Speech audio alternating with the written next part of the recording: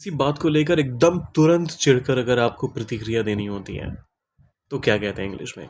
वैसे तो प्रतिक्रिया को रिएक्ट कहते हैं, लेकिन ये जो पूरा एक्शन है कि किसी बात को से चिढ़कर एकदम से इमीडिएटली रिएक्ट करना, इसके लिए एक और भी फ्रेज है जिसका आप इस्तेमाल करते हैं। फ्रेजल वर्ब है बेसिकली, तो वही फ्रेजल और फ्रेज के बीच में मैंने फ्रेज कह दिया था।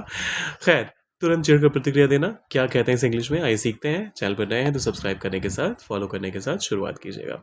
स्नैप एट का मतलब होता है एकदम से, जैसे आपने कहा, आपका बोला हुआ खत्म नहीं हुआ, सामने वाले की तरफ से प्रतिक्रिया आ गई, रिएक्शन आ गया। ही स्नैप्ड एट मी, उसने एकदम से मुझे प्रतिक्रिया दी। She snapped at him instantly, एकदम से वो उसने प्रतिक्रिया दे दी।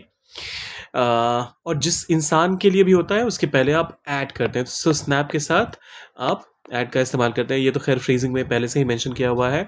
ही स्नैप्स एट पीपल ऑफन, वो अक्सर लोगों पर चिढ़कर प्रतिक्रिया देता है। She snapped at the comment, किसी तरह का एक कोई कमेंट आया और उस पर उसने एकदम से चिढ़कर प्रतिक्रिया दी। ही अपोलोजाइज्ड फॉर स्नैपिंग, उसने ऐसे चिढ़कर रिएक्ट करने के लिए माफ़ी मांगी। अच्छा, ये ध्यान दीजिएगा, स्नैप का मतलब सिर्फ जब आप प्रतिक्रिया देना कहते हैं, जब आप रिएक्ट करने की बात करते हैं, तो वर्बल हो सकता है ये, या फिर नॉन वर्बल हो सकता है।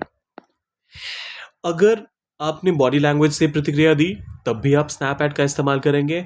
अगर आपने बोल कर रिएक्ट किया तब भी आप स्नैप एट का इस्तेमाल करेंगे। अब जाने से पहले आपने क्या करना है, लाइक शेयर और सब्सक्राइब, और साथ में कमेंट में लिखना है मोर। तो ये तीनों चीज़ें करके जाए, अरे बाबा ये हो क्या रहा है, मोर, ये तीनों चीज़ें करके जाइएगा। मिलते हैं जल्दी।